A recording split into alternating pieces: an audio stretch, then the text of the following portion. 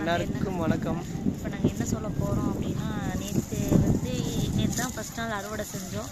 நேற்று அறுவடை செஞ்ச காய் நேற்று போச்சு. நேற்று போனது வந்து 4 பை 850 ரூபாய்க்கு போச்சு. ஆனால் இன்றைக்கி 4 பை கொண்டு போனோம். இன்றைக்கி கம்மியாக தான் போச்சு, 700 ரூபாய்க்கு போச்சு. இதே கத்திரிக்காய் நான் 6 பை கொண்டு போனோம், 200 ரூபாய்க்கு தான் கேட்டாங்க. ரொம்ப கஷ்டம், கூலியாளுக்கு கூட வரல. எங்களுக்கு கொஞ்சம் பார்த்து ஹெல்ப் பண்ணால் பரவாயில்ல. ஒரு விலை எங்களுக்கு கிடையாது, பொதுவாகவே எல்லா விவசாயிக்கு எல்லாருக்குமே வந்து விலை நிர்ணயம் இருந்தால் பரவாயில்ல. நல்லா விலை நிர்ணயம் வந்து இது கவர்மெண்ட் பண்ணி கொடுத்தாங்கன்னா பரவாயில்ல.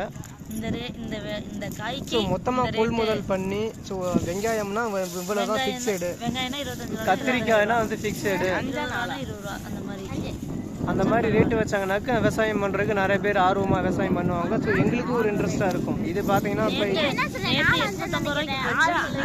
ரூபாய்க்கு போச்சு, 150 ரூபா குறைஞ்சி போச்சு இந்த காய்க்கு. நாளைக்கு எப்படி போகுதுன்னு தெரியாது, நாளைக்கு எப்படி போகுதுன்னு தெரியாது. இதை நம்பி எப்படி நாங்கள் இது பண்ணுறது? ஸோ அதனால கத்திரிக்காய் பிடிங்கி அப்பா தான் கொண்டு போனார். அங்கே உட்காந்துருக்கு அப்பா தான் அதிகபட்சமாக அப்பா தான் கொண்டு போவார். நான் அதிகமாக போக மாட்டேன். அப்பாவுக்கு வெளியில் எங்கிட்டு போனார மட்டும் தான் நான் கொண்டு போவேன். அப்பா கொண்டு போய் ஒரு மாதிரி டென்ஷன் ஆகிட்டாரு, என்னடா அப்படி ஆயிடுச்சு. கத்திரிக்காய் 200 ரூபா அப்படின்னு சொல்லிட்டு அப்புறம் 200 ரூபாய்க்கு தான் அப்புறம் போட்டு வந்தாராம்.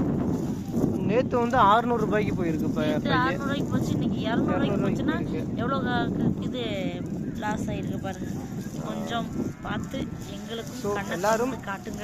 ஸோ நீங்கள் தான் வந்து மக்களாகிய நீங்கள் தான் நிறைய பேர் பார்க்குறீங்க. இதை அப்படியே ஷேர் பண்ணுங்கள். ஸோ நீங்கள் லைக் ஷேர் பண்ணுறதுனால இதை எல்லா விவசாயிக்குமே ஒரு யூஸ்ஃபுல்லாக இருக்கும்னு நாங்கள் நம்புகிறோம். ஸோ விலை நிர்ணயம் எல்லாருக்குமே வேணும். ஸோ யார் யாருக்கெல்லாம் விலை நிர்ணயம் தேவை அப்படின்றத நீங்கள் வந்து கமெண்ட்டில் சொல்லுங்கள்.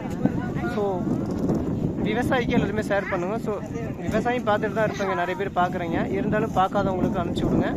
ஸோ எல்லா பேருமே வந்து விவசாயிகள் ஒற்றுமையாக இருந்தால் மட்டும்தான் ஜெயிக்க முடியும். ஒவ்வொருத்தவங்க ஒவ்வொரு மாதிரி பேச்சு இருந்தால் ஜெயிக்க முடியாது.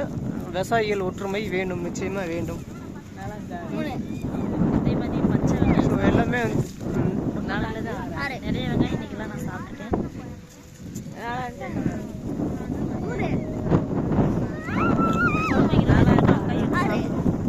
இவ்வளோ கஷ்டப்பட்டு வேலை செஞ்சு வேலை கிடைக்கலங்கும் போது எங்களுக்கு எவ்வளோ கஷ்டமாக இருக்குன்னு தெரியுங்களா?